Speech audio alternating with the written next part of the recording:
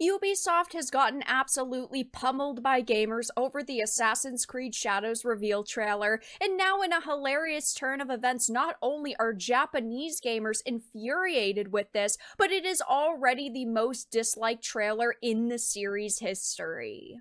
I have a few different things to show off, but before we get into the topic, if you enjoy the content I create, check out the links in the description, follow me on social media, and consider supporting through Patreon or through YouTube memberships. Now, obviously, Assassin's Creed has been a massively successful franchise. I've loved Assassin's Creed for such a long time, but the past few releases just haven't quite hit the way that old, nostalgic Assassin's Creed did, but a lot of people still watch the trailers hoping that they are really going to be able to capture that nostalgic essence again. But with Assassin's Creed Shadows, they're definitely not doing that, and it also shows that Ubisoft is focused on gaining their ESG score numbers, and of course, just trying to appeal to modern audiences, which of course don't actually exist. The closest group of people that exist that could be called that are sensitive snowflakes on social media, and now Ubisoft is facing turmoil. This is a Push Square article I wanted to start with. It says the cinematic announcement trailer for Assassin's Creed Shadows has been and is being utterly bombarded with dislikes on YouTube across basically every channel it's appeared on. The most viewed version of the video is on Ubisoft's official channel, breaking 7 million views in roughly 4 days, but it's fair to say that people are torn on the reveal. The trailer had 263,000 likes compared to a whopping 586 dislikes. It's similar to the story on the official PlayStation channel, 15,000 likes to 26,000 dislikes, and media channels like IGN, 8,300 likes to 36,000 dislikes. Now, of course, when it comes to Shadows, there is a slew of reasons why it is being dislike bombed. First of all, of course, Yasuke people are extremely disappointed with Ubisoft that they decided to focus on, raising their ESG scores and they're pushing DEI, and instead of simply representing the majority of people that, of course, were in Japan at the time, they decided to pick a character and go with it, a singular person in history who the modern media has depicted as a full-blown samurai, when that really isn't the case. As far as we know, Yasuke was more of a retainer, and he really only was for a short amount of time, so that has infuriated people. But also just the way that Ubisoft has approached this game. They showed us a cinematic announcement trailer with absolutely no gameplay, no actually showing what is in the product itself,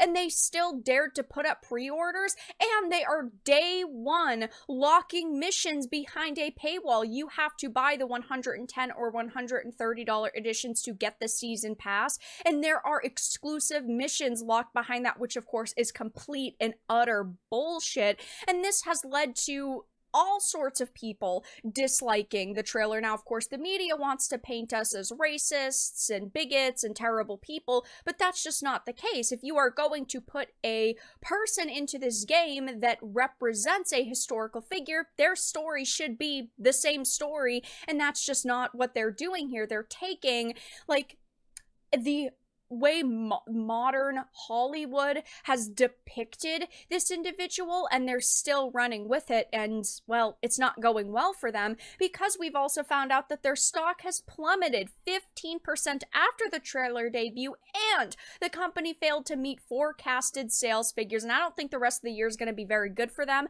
The only games that they have coming out that are massive are, of course, Assassin's Creed Shadows, but also Star Wars Outlaws, which also is facing Jabba the Hutt paid mission controversy, and also, of course, kind of the first trailer was not, well liked. It did also get ratioed, so they're facing a heck of a lot of problems now. But we also, on top of all of that, have them bungling Japanese architecture, and of course, Japanese individuals are really disappointed with Ubisoft. So here is the Ubisoft Japan upload of it. 3.9k likes to 40 1,000 dislikes. There are thousands of comments that, if you click translate to English, are voicing how unhappy they are with this game, with Ubisoft, and they're just not impressed with what they're seeing.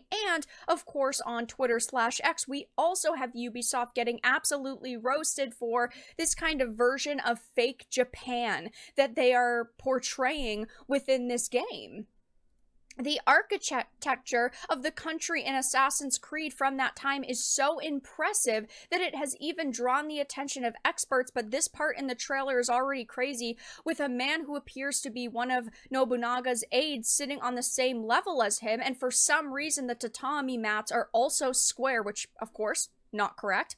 I had the impression that Assassin's Creed put a lot of effort into historical research, but it's so bad. It's not just bad, it's sloppy. It's scary to think of this as what the Sengoku period was like. It's fine if you want to enjoy it as a fake Japan, though. They are saying that it's so bad and it's sloppy, and it is true. Obviously, the Assassin's Creed games, like many games, have had elements of very, we'll just say, over-the-top elements, magic items, people who are like crazy mages, right? But at the same time, they did used to pride themselves on historical accuracy with the setting and also the people that are in the game. Assassin's Creed has had a wide variety of historical figures within their games, like Leonardo da Vinci, Cleopatra, George Washington. I mean, the list goes on, and of course, with some of these, characters they put in the game, yes, they had to take creative liberties, but they still tried to represent them the way that we know these people were and kind of the way that they acted. But, of course, that's not really happening here anymore. It's almost like they're disrespecting Japanese culture, and in turn, the Japanese replies are slamming this game and the lack of attention to Japanese culture. I mean, I love video games that are set in Japan and, of course, show off Japanese culture. Ghost of Tsushima instantly comes to mind. It is one of my favorite games of all time, and that is the game that you should be playing, not Assassin's Creed Shadows. Obviously, Ghost of Tsushima still did not do, a perfect one-to-one, but people were really blown away with how close they actually got with that time period and architecture, the way that characters talked and the way that they acted, the weapons they had. It was overall an amazing game, and they put so much time and effort and research into, that time period, and again, Japan, that they got awarded for it. This was absolutely crazy news when it happened a couple of years ago, but the Ghost of Tsushima lead developers Nate Fox and Jason Connell became the permanent tourism ambassadors of the city of Tsushima in Nagasaki for their role in raising awareness about the island. That's not going to happen with Ubisoft. No way in hell. They deserved all of the praise they got with this game. They also even raised hundreds of thousands of dollars for the island after a typhoon because so many people loved the game. This is what video games are all about. This is the power of the gaming industry and gamers coming together to support a really good product. And in turn, when we look at Assassin's Creed Shadows, the power of gamers coming together and absolutely roasting a product that does not deserve positive attention or praise at all whatsoever. Now, of course, it doesn't really look like the backlash is going to die down anytime soon for Ubisoft surrounding Star Wars Outlaws or, of course, Assassin's Creed Shadows, and I will be keeping my eye on it, but so far it is not going well for them as they are getting absolutely annihilated by almost everyone. But that's all that I really had to discuss in this video. Let everyone know your thoughts in the comments down below. If you enjoyed this, give it a like, and if you didn't, give it a dislike. I appreciate your support either way, but I will talk to you all again in the next video really soon.